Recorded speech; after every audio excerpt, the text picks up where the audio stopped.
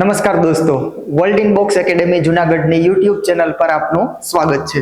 ઘણા સમય પછી મળવાનું થાય છે. તો ડેઇલી કરંટ અફેર્સ લેક્ચરમાં આજે આપણે જોવાના છે જુલાઈ મંથનો લેક્ચર નંબર 1. હવે તમને ઘણાને ખબર જ હશે કે ગૌણ સેવા પસંદગી મંડળ દ્વારા જે પણ એનું શિડ્યુલ છે, કેલેન્ડર જાહેર કરવામાં આવ્યું CC1 માટે અને CC2 પણ આવવાની છે. તો આ કોઈને કોઈ એવી પરીક્ષાઓમાં કરંટ અફેર્સ એક મહત્વનો વિષય બને. તો આજે જુલાઈ મંથનો લેક્ચર નંબર 1 શરૂઆત કરીએ આજના લેક્ચરની. અને કઈ રીતે જોવાના છે આપણે કરંટ અફેર્સ 360 ડિગ્રી સમજૂતી સાથે. તો શરૂઆત કરીએ આજના લેક્ચરની. તાજેતરમાં 2026 UN SDG ઇન્ડેક્સમાં ભારતને કેટલામું સ્થાન મળ્યું? કયો ઇન્ડેક્સ છે? UN SDG 2026. ઇન્ડેક્સનું નામ છે UN SDG ઇન્ડેક્સ 2026. હવે SDG એટલે સસ્ટેનેબલ ડેવલપમેન્ટ ગોલ. આ જે સસ્ટેનેબલ ડેવલપમેન્ટ ગોલ છે એવા 17 ગોલ નક્કી કરવામાં આવ્યા. કેટલા ગોલ નક્કી કર્યા છે? 17 ગોલ. અને આને અચીવ કરવા માટે સમય જે અવધિ છે 2015 થી 2030 સુધી. ક્યાંથી ક્યાં સુધીમાં? 2015 થી 2030 સુધીમાં. હવે આમાં કેવા ગોલ છે? જેમ કે નો પોવર્ટી ગોલ નંબર 1 છે, no poverty, zero hunger, good health, quality education. આવી રીતે અલગ અલગ ગોલ નક્કી કરેલા છે. કેટલા ગોલ નક્કી કર્યા? 17. હવે આ જે બધા ગોલ છે એમાં કયા દેશ દ્વારા કેટલું કામ કરવામાં આવ્યું છે, કેટલી એક્શન લેવામાં આવી છે, એના આધારે રેન્ક જારી કરવામાં આવ્યો છે. તો UN SDG ઇન્ડેક્સની અંદર પ્રથમ ક્રમાંક ઉપર છે ફિનલેન્ડ. પ્રથમ ક્રમાંકે કોણ છે? ફિનલેન્ડ. આપણા ભારતનો ક્રમ છે 94. ભારતનો ક્રમ કેટલામો? 94. અને પ્રથમ ક્રમાંકે છે ફિનલેન્ડ દેશ. તો અહીંયા આન્સર આવશે આપણો 94. UN SDG index 2026. SDG નું પૂરું નામ થાય સસ્ટેનેબલ ડેવલપમેન્ટ ગોલ. આર્થિક સતત વિકાસ, એટલે કે વિકાસ કરવાનો છે, પણ કોને ધ્યાનમાં રાખીને? પર્યાવરણને ધ્યાનમાં રાખીને. જારી કરનાર આ જે ઇન્ડેક્સ છે એ જારી કરનાર સંસ્થા છે UNSDSN, જેનું પૂરું નામ થાય United Nations sustainable development solution network. આ સંસ્થા દ્વારા જાહેર કરવામાં આવે છે. આની અંદર પ્રથમ ક્રમાંકે કોણ છે? ફિનલેન્ડ. આપણા ભારતનો ક્રમ છે 94. કેટલા દેશમાંથી? 167, 167 માંથી. ભારતનો સ્કોર કેટલો છે? 68.3 આઉટ ઓફ 100 માં. અને આ SDG ઇન્ડેક્સ ની અંદર જે SDG ગોલ છે એ કેટલા ગોલ નક્કી કરવામાં આવ્યા? 17 ગોલ. અને આની જે સમય અવધિ છે 2015 થી 30 સુધી. ચલો 2026 માં ભારતનો જે ક્રમ છે 94, પણ એની પહેલા 2025 માં SDG ઇન્ડેક્સમાં ભારતનો ક્રમ કેટલામો હતો? તો 2025 માં આપણા ભારતનો ક્રમ હતો 99. તો આ વર્ષે 2026 માં છે 94. Next question. તાજેતરમાં ઇન્ટરનેશનલ એસ્ટ્રોઇડ ડે 2026 ક્યારે ઉજવવામાં આવ્યો? કયો દિવસ છે? ઇન્ટરનેશનલ એસ્ટ્રોઇડ દિવસ. International asteroid day 2026. તો આની ઉજવણી કરવામાં આવી 30 જૂન. ક્યારે મનાવવામાં આવ્યો? 30 જૂન. તો ભાઈ શું કામ 30 જૂનની તારીખ? કારણ કે ઇતિહાસની અંદર 30 જૂન 1908 ની અંદર 30 જૂન 1908 માં એક તુંગુસ્કા કરીને જે સ્થળ છે, જે ક્યાં આવેલું છે? રશિયાની અંદર. ત્યાં એક ઘટના બને છે. તુંગુસ્કા અથવા તો તુંગુસ્કા જે સ્થળ છે રશિયાની અંદર આવેલું, ત્યાં એક ઘટના બને છે કે એની ઉપર જે બે એસ્ટ્રોઇડ એટલે લઘુગ્રહ, એક પ્રકારે તમે ઉલ્કા જે કહી શકો, નાના લઘુગ્રહ. આ બે જે એસ્ટ્રોઇડ છે એનો ટકરાવ થાય છે 1908 ની અંદર. તારીખ હતી 30 જૂનની. તો એ જે ઘટના છે એ ઘટના પછી જે આની મહત્વ છે, જે પૃથ્વી તરફ જે પણ એસ્ટ્રોઇડ આવે છે એના માટે બચાવ કામગીરીનું જે મહત્વ છે એ મહત્વ સમજાવવા માટે આ દિવસની ઉજવણી કરવામાં આવે. તો દર વર્ષે ક્યારે? 30 જૂનની તારીખ, કારણ કે જે ઘટના બની હતી તુંગુસ્કાની અંદર, એને ધ્યાનમાં રાખીને. તો અહીંયા આપણો આન્સર આવશે 30 જૂન. હવે તમે જ્યારે બ્રહ્માંડ ભણો તો બ્રહ્માંડની અંદર તમને ખ્યાલ હોય તો એક એસ્ટ્રોઇડ બેલ્ટ, આ તમે શબ્દ સાંભળ્યો હશે, નામ સાંભળ્યું હશે. તો એસ્ટ્રોઇડ બેલ્ટ જો અહીંયા છે સૂર્ય અને એની આસપાસ જે બધા ગ્રહો આવેલા છે એમાં સૂર્ય પછી પહેલા જ નંબરે છે બુધ, બુધ પછી આવશે શુક્ર, શુક્ર પછી આવશે આપણી પૃથ્વી, પૃથ્વી પછી મંગળ, મંગળ પછી એક બેલ્ટ અને એના પછી ગ્રહ છે ગુરુ, ગુરુ પછી શનિ છે, યુરેનસ છે, નેપચ્યુન છે. ક્લિયર? આ ક્રમમાં છે. હવે જે આ મંગળ અને ગુરુની વચ્ચે જે બેલ્ટ આવેલું છે એનું નામ છે એસ્ટ્રોઇડ બેલ્ટ. શું નામ છે? Asteroid belt. લઘુ ગ્રહનો પટ્ટો અથવા તો બીજા શબ્દોમાં કહીએ તો ક્ષુદ્ર ગ્રહનો પટ્ટો. તો આ જે એસ્ટ્રોઇડ બેલ્ટ છે કયા બે ગ્રહની વચ્ચે?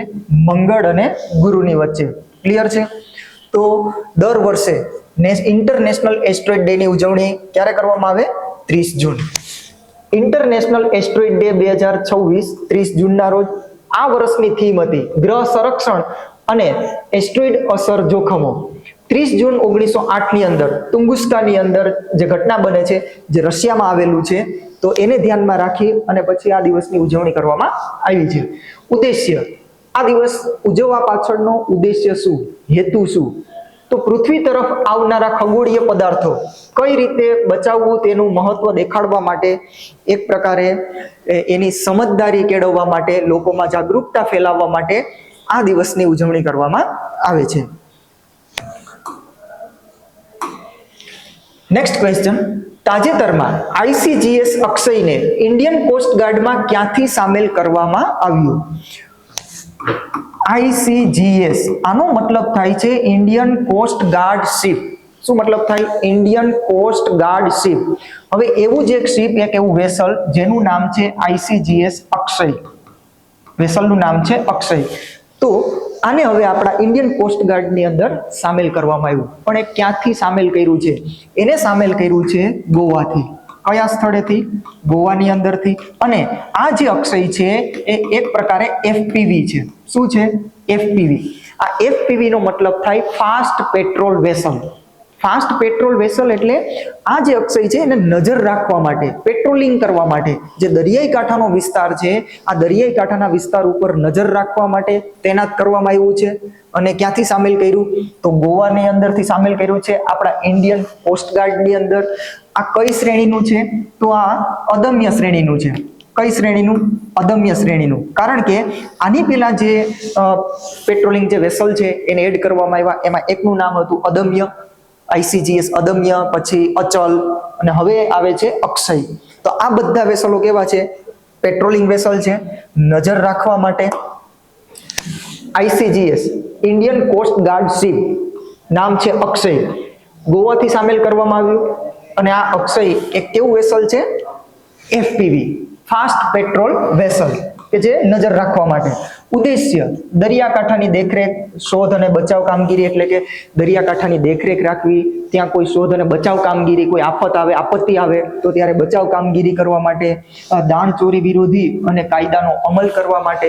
દાણચોરી એટલે એવી વસ્તુઓ કે જે ઇમ્પોર્ટ કરવામાં આવે પણ એના ઉપર ટેક્સ નથી ભરવામાં આવતો, અથવા તો જે ગવર્મેન્ટ છે એ ગવર્મેન્ટને ધ્યાને લેવામાં આવતું નથી, એની બહાર જ બધું ટ્રાન્ઝેક્શન ને થતું હોય, એમાં બધા જે પણ વસ્તુઓની દાણચોરી થતી હોય એના માટે પણ અહીંયા નજર રાખવાની છે. ICGS અક્ષય. અક્ષય કઈ શ્રેણીનું છે? અદમ્ય શ્રેણીનું. કારણ કે આની પહેલા જે ઇન્ડિયન કોસ્ટ ગાર્ડમાં સામેલ થયા છે એમાં એક હતું અદમ્ય, એક હતું અચલ અને હવે છે અક્ષય. નેક્સ્ટ ક્વેશ્ચન, તાજેતરમાં BBG રામજી એક્ટ 2025 લાગુ કરવામાં આવ્યો, તેમાં કેટલા દિવસની રોજગારની ગેરંટી આપવામાં આવી? હવે આ BBG રામજી સમજતા પહેલા તમારે સમજવાનું છે નરેગા. કયું સમજવાનું છે? નરેગા. હવે નરેગાનો મતલબ શું થાય? નરેગા એટલે national rural employment guarantee act. જ્યારે પણ રોજગારની વાત આવે તો તમે વિચારો કે રોજગારની દ્રષ્ટિએ ગામડામાં વધારે રોજગાર મળશે કે શહેરમાં વધારે રોજગાર મળશે? તો આપણને ખ્યાલ છે કે ભાઈ શહેરની અંદર આપણને સરળતાથી કોઈને કોઈ કામ મળી રહે, તમારી આવડત પ્રમાણે, તમારી લાયકાત પ્રમાણે તમને સિટીની અંદર, શહેરની અંદર કામ મળી રહે છે. પણ ગામડાઓની અંદર તમને રોજગાર કે જે રોજગારી છે મળતું નથી. હવે જે લોકો પાસે પોતાની જમીન છે એ તો પોતાની જમીન ખેડી અને આજીવિકા મેળવી શકે છે, પણ ગામડાની અંદર જે ગ્રામીણ ક્ષેત્ર છે, આ ગ્રામીણ ક્ષેત્રમાં ઘણા એવા લોકો કે જેની પાસે પોતાની જમીન નથી, એ કોઈને કોઈ બીજા ઉપર નિર્ભર છે. જ્યારે એને ખેત મજૂરી કરવા માટે બોલાવે ત્યારે એની આજીવિકા ચાલશે. તો સરકારે નક્કી કર્યું કે ભાઈ ગ્રામીણ ક્ષેત્રની અંદર જે લોકોને રોજગાર નથી મળતો તો એને રોજગાર અમે આપશું એટલે કે સરકાર આપશે. તો આ નરેગા હેઠળ આ લાવવામાં આવ્યું હતું 2005માં. ક્યારે લાવવામાં આવ્યું હતું નરેગા? 2005ની અંદર. હવે ગ્રામીણ ક્ષેત્રમાં રોજગારી આપવા માટે નરેગા, એના પછી સરકારે એનું નામ બદલ્યું. એનું નામ બદલવામાં આવ્યું છે મનરેગા. શું નામ કરી દીધું? મનરેગા. નરેગામાંથી કર્યું મનરેગા. આ ક્યારે કરવામાં આવ્યું? 2 ઓક્ટોબર 2009 ની અંદર. ક્લિયર? આ મનરેગા એટલા માટે કે અહીંયા મહાત્મા ગાંધીજીના નામ ઉપર છે, તો એ જ પણ નામ શું કરી દીધું? નરેગામાંથી મનરેગા, મહાત્મા ગાંધીજીના નામ ઉપર. એટલા જ માટે તારીખ રાખી છે 2 ઓક્ટોબર 2009માં. હવે જે આ મનરેગા હતું એમાં સરકારે શું કીધું કે ભાઈ ગ્રામીણ ક્ષેત્રમાં રોજગારી આપશું.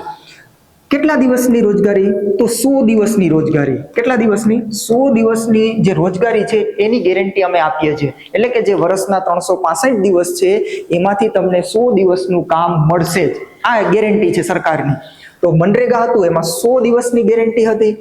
અને જે પેમેન્ટ કરવાનું હતું, જે ભુગતાન, આ ભુગતાનની અંદર 100% કોણ ભુગતાન કરશે? કેન્દ્ર સરકાર. કોણ ભુગતાન કરવાના છે? કેન્દ્ર સરકાર. આ વાત છે મનરેગાની. ક્લિયર છે? તો મનરેગાની અંદર ગ્રામીણ ક્ષેત્રમાં આખા વર્ષ દરમિયાન 100 દિવસ રોજગાર મળશે એની ગેરંટી આપે છે. અને જે પણ લોકો કામ કરવા માટે આવે છે એને જ્યારે પેમેન્ટ કરવાની વાત આવશે તો 100% પેમેન્ટ ક્યાંથી આવશે? કેન્દ્ર સરકારમાંથી. ક્લિયર? હવે અત્યારે શું થયું? વર્તમાનની અંદર મનરેગાનું નામ ચેન્જ થઈ અને શું કરી દીધું? વીબીજી રામજી. વીબીજી રામજી. અહીંયા વીબી નો મતલબ છે વિકસિત ભારત. વિકસિત ભારત ગેરંટી ફોર રોજગાર આજીવિકા મિશન ગ્રામીણ. આનું પૂરું નામ થાય વિકસિત ભારત ગેરંટી ફોર રોજગાર આજીવિકા મિશન ગ્રામીણ. હવે અહીંયા સરકારે શું કીધું કે ભાઈ અમે વર્ષ દરમિયાન 125 દિવસની રોજગારની ગેરંટી આપીએ છીએ. કેટલા દિવસ તમને કામ મળશે? આખા વર્ષ દરમિયાન 125 દિવસનું કામ મળશે. આ અમે ગેરંટી આપીએ છીએ. ક્લિયર? અને આને લાગુ ક્યારે કરવામાં આવ્યું? તો 1 જુલાઈ 2026 થી. ક્યારે લાગુ થયું છે? 1 જુલાઈ 2026 થી. તો મનરેગામાં 100 દિવસની ગેરંટી હતી, પણ બીબીજી રામજીમાં કેટલા દિવસની ગેરંટી આપે છે સરકાર? 125 દિવસની. હવે અહીંયા જે પેમેન્ટ કરવાની વાત છે, ભુગતાન કરવાની વાત છે, તો અહીંયા 60% પ્લસ 40 એટલે કે રેશિયો રાખ્યો છે 60-40 નો. જે ભુગતાન છે એમાં 60% કેન્દ્ર સરકારમાંથી આવશે અને 40% રાજ્ય સરકારમાંથી આવશે. ક્લિયર છે? પણ અહીંયા થોડું ધ્યાન રાખજો. આપણા જે પૂર્વોત્તર રાજ્ય છે, પૂર્વોત્તર રાજ્ય અને હિમાલય ક્ષેત્રના રાજ્ય, પૂર્વોત્તર પ્લસ જે હિમાલય ક્ષેત્ર છે, આની અંદર જે પેમેન્ટ કરવાની સિસ્ટમ છે ત્યાં 90-10 નો રેશિયો, 90%-10%. એટલે કે 90% કેન્દ્ર સરકાર ભોગવશે અને 10% રાજ્ય સરકાર. ક્લિયર છે? બાકીનું જે શેષ ભારત છે એમાં 60-40 નો રેશિયો અને પૂર્વોત્તર હિમાલય ક્ષેત્રમાં 90% અને 10%. આ ધ્યાનમાં રાખજો. ક્લિયર? મનરેગામાં 100 દિવસની ગેરંટી અને બીબીજી રામજીમાં 125 દિવસની ગેરંટી. તો અહીંયા આપણો આન્સર આવશે 125 દિવસ. હવે નરેગા, એનું પૂરું નામ છે national rural employment guarantee act, જે 2005 ની અંદર આવ્યું હતું. એના પછી નરેગાનું નામ ચેન્જ કરી અને મનરેગા કર્યું મહાત્મા ગાંધીજીના નામ ઉપર. આ લાવવામાં આવ્યું હતું મનરેગા 2 ઓક્ટોબર 2009 ની અંદર. આ મનરેગા હેઠળ 100 દિવસની રોજગાર ગેરંટી હતી. 100% ભુગતાન જે છે કેન્દ્ર સરકાર આપશે. હવે ફરીથી એનું જે નામ ચેન્જ કર્યું છે અને નામ કરી દીધું બીબીજી રામજી, વિકસિત ભારત ગેરંટી ફોર રોજગાર આજીવિકા મિશન ગ્રામીણ. આને લાગુ કરવામાં આવ્યું છે 1 જુલાઈ 2026 થી. અહીંયા કેટલા દિવસની ગેરંટી આપે છે? 125 દિવસની રોજગારની ગેરંટી. ભુગતાનમાં 60% કેન્દ્ર આપશે અને 40% રાજ્ય આપશે. પણ જે પૂર્વોત્તર રાજ્ય છે અને હિમાલય ક્ષેત્ર છે એમાં 90% કેન્દ્ર અને 10% રાજ્ય. ક્લિયર? આની સાથે સાથે જ્યારે આ 1 જુલાઈ 2024 થી લાગુ કરી દીધું છે તો એની સાથે સાથે સરકાર દ્વારા એક યુક્તિધારા પોર્ટલ પણ લોન્ચ કરવામાં આવ્યું છે. કયું પોર્ટલ? યુક્તિધારા પોર્ટલ. તો આ વસ્તુ ધ્યાનમાં રાખજો. નેક્સ્ટ ક્વેશ્ચન, તાજેતરમાં રાષ્ટ્રીય ડોક્ટર દિવસ ક્યારે ઉજવવામાં આવ્યો? કયો દિવસ છે? રાષ્ટ્રીય ડોક્ટર દિવસ. તો રાષ્ટ્રીય ડોક્ટર દિવસ આની ઉજવણી કરવામાં આવી છે 1 જુલાઈ. કઈ તારીખે? 1 જુલાઈ. ભાઈ અહીંયા કયા વ્યક્તિ સંકળાયેલા છે? કયા વ્યક્તિના સન્માનમાં આ દિવસ ઉજવીએ છીએ? તો એક વ્યક્તિ છે જેનું નામ છે ડોક્ટર બિધાનચંદ્ર રોય. શું નામ છે? ડોક્ટર બિધાનચંદ્ર રોય. તો આના સન્માનની અંદર આપણે દર વર્ષે 1 જુલાઈએ રાષ્ટ્રીય ડોક્ટર દિવસ ઉજવીએ છીએ. અહીંયા આ જે વ્યક્તિ છે બિધાનચંદ્ર રોય, એક સંયોગની વાત છે કે એનો જન્મ 1 જુલાઈએ અને એનું જે નિધન છે એ પણ 1 જુલાઈએ. ક્લિયર? આ જે બિધાનચંદ્ર રોય છે એનો જન્મ 1 જુલાઈ અને નિધન પણ 1 જુલાઈ. ક્લિયર? હવે આ જે બિધાનચંદ્ર રોય છે એ આપણા પશ્ચિમ બંગાળ રાજ્યના મુખ્યમંત્રી પણ રહી ચૂક્યા હતા. તો એના સન્માનની અંદર આપણે ઉજવીએ છીએ રાષ્ટ્રીય ડોક્ટર દિવસ. રાષ્ટ્રીય ડોક્ટર દિવસ 1 જુલાઈ. કયા વ્યક્તિ સંકળાયેલા છે? ડોક્ટર બિધાનચંદ્ર રોયની જન્મ જયંતિ કયો અથવા તેનું નિધન પણ 1 જુલાઈએ થયું છે. 1961 ની અંદર ભારત રત્નથી સન્માનિત કરવામાં આવ્યા હતા આ વ્યક્તિને. પશ્ચિમ બંગાળના મુખ્યમંત્રી પણ રહી ચૂક્યા છે. તો આ ધ્યાનમાં રાખવાનું. નેક્સ્ટ ક્વેશ્ચન, તાજેતરમાં જીએસટી ડે ક્યારે ઉજવવામાં આવ્યો? કયો દિવસ છે? GST day. તો પહેલા તો જીએસટી નું પૂરું નામ થાય goods and services tax. Goods and services tax, GST. હવે આ જીએસટી માટે આપણે એક સુધારો કર્યો હતો. બંધારણની અંદર સુધારો કરવામાં આવ્યો છે. 101માં નંબરનો બંધારણીય સુધારો 2016. જીએસટી એટલે કે જે અલગ અલગ ટેક્સ છે આ બધા ટેક્સને એક પ્લેટફોર્મ ઉપર લાવી દેવાનું અને એક જ નામ આપી દીધું ટેક્સનું, જીએસટી. ક્લિયર છે? તો એના માટે સુધારો કરવામાં આવ્યો 101માં નંબરનો બંધારણીય સુધારો 2016માં. અને આ સુધારા પછી જે આર્ટિકલ છે, જે આર્ટિકલમાં જે જોડવામાં આવ્યું છે, આર્ટિકલ 246A, અહીંયા જીએસટી ની વાત કરી છે. જીએસટી માટે જે કાનૂન બનાવવાના છે એની શક્તિની વાત કરી છે. એના પછી એક આર્ટિકલ 279A, અહીંયા જીએસટી કાઉન્સિલની વાત કરી. કોની વાત કરી? જીએસટી કાઉન્સિલની. ક્લિયર છે? 246A માં જીએસટી કાનૂન બનાવવા માટેની સત્તા અને 279A ની અંદર જીએસટી કાઉન્સિલ. ધ્યાનમાં રાખજો, હંમેશા જીએસટી કાઉન્સિલના અધ્યક્ષ કોણ હોય છે? નાણામંત્રી હોય. જીએસટી કાઉન્સિલના અધ્યક્ષ કોણ હોય? નાણામંત્રી. ચલો, તો આ સુધારો 2016માં કરવામાં આવ્યો. એના પછી એને લાગુ કરવામાં આવ્યું 1 જુલાઈ 2017માં. ક્યારે લાગુ થયું છે? 1 જુલાઈ 2017 ની અંદર. ત્યારે આપણા ભારતના નાણામંત્રી હતા અરુણ જેટલીજી. તો એના કાર્યકાળ દરમિયાન 1 જુલાઈ 2017માં લાગુ થયું છે જીએસટી. અહીંયા ગુડ્સનો મતલબ થાય છે વસ્તુ. ગુડ્સનો મતલબ શું થાય? વસ્તુ. અને સર્વિસ એટલે સેવા. એટલે કે વસ્તુ ઉપર અને સેવા ઉપર આ ટેક્સ લેવામાં આવશે. વસ્તુ ઉપર તો લેવામાં આવશે પણ સેવા ઉપર પણ લેવામાં આવશે. આનો મતલબ છે જીએસટી નો. તો જીએસટી ડે ક્યારે ઉજવીએ છીએ? 1 જુલાઈ. શું કામ 1 જુલાઈ? કારણ કે ક્યારે લાગુ કરવામાં આવ્યો હતો? 1 જુલાઈ 2017 ની અંદર. તો જીએસટી ડે 2026 1 જુલાઈએ ઉજવણી. જીએસટી લાગુ થયું છે 1 જુલાઈ 2017માં. આ વખતે કેટલામા ક્રમનો હતો? 9મા ક્રમનો. 2026 ની થીમ સરળ કર પ્રણાલી સશક્ત ભારત. થીમ પણ ક્યારેક પરીક્ષામાં પૂછાઈ શકે. તો સરળ કર પ્રણાલી સશક્ત ભારત. જીએસટી એ કેવો ટેક્સ છે? ઇનડાયરેક્ટ ટેક્સ છે. ટેક્સ એક ડાયરેક્ટ ટેક્સ હોય, એક ઇનડાયરેક્ટ ટેક્સ હોય. ડાયરેક્ટ ટેક્સ એટલે એ ટેક્સ તમારા ઉપર જ લાગુ થાય છે અને તમે જ એનું ભુગતાન કરશો. એટલે કે તમારા દ્વારા જે ટેક્સ પે કરવામાં આવશે આને કહેવાય ડાયરેક્ટ ટેક્સ. પણ જીએસટી લેવામાં તો આવે છે આપણી પાસેથી. તમે કોઈ ચીજ વસ્તુ ખરીદવા માટે જાઓ તો કોઈ વસ્તુ ઉપર તમે જીએસટી આપશો. પણ એ ટેક્સ ગવર્મેન્ટની અંદર તમે પે કરવા નહીં જાઓ, તમે ભરવા માટે નહીં જાઓ, એ કોઈ બીજા વ્યક્તિઓ જશે. તો આવો ટેક્સ એટલે શું કહેવાય એને? Indirect tax. ક્લિયર છે? હવે જીએસટી માટે ધ્યાનમાં રાખજો, 2017 ની અંદર એક સમિતિ સંકળાયેલી છે, નામ છે એનું વિજય કેલકર સમિતિ. શું નામ છે? વિજય કેલકર સમિતિ.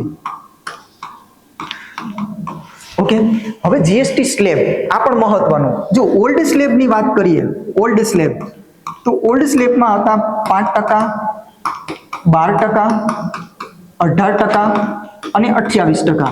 આ ઓલ્ડ છે. પછી સરકારે જીએસટી રિફોર્મ્સ લાવ્યા અને ન્યૂ સ્લેબ જે છે એ લાગુ કર્યા છે. તો ન્યૂ સ્લેબ્સની અંદર અત્યારે વર્તમાનમાં 5% છે, 18% છે અને 40% છે.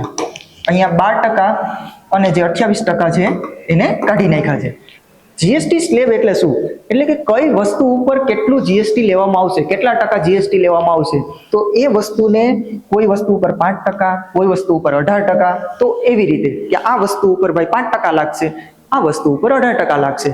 હવે અહીંયા જે ન્યૂ સ્લેબની અંદર, કારણ કે જીએસટી રિફોર્મ્સ આપણે લાવ્યા, તો ન્યૂ સ્લેબની અંદર જ્યાં 40% દેખાય છે એ એક પ્રકારે સ્પેશિયલ સ્લેબ કે જે લક્ઝરિયસ ગુડ્સ છે, કે એવી વસ્તુઓ કે જે વસ્તુઓથી જીવન ઉપર કંઈ અસર નથી થવાની, પણ ખાલી ભૌતિક સુખ સુવિધાઓ માટે છે. જે માણસનું જીવન છે એમાં જરૂરિયાત નથી, પણ ભૌતિક સુખ સુવિધાઓ વાળી વસ્તુઓ એને અહીંયા 40%માં રાખવામાં આવે. પછી જે ટોબેકો પ્રોડક્ટ છે, ડ્રિંક છે, એ બધી વસ્તુઓ પણ ક્યાં રાખવામાં આવે છે? જે હેલ્થને નુકસાન કરતી વસ્તુઓ, એ બધા 40%માં. તો આ છે ઓલ્ડ સ્લેબ, આ છે ન્યૂ સ્લેબ. ક્લિયર? તો એ ધ્યાનમાં રાખજો.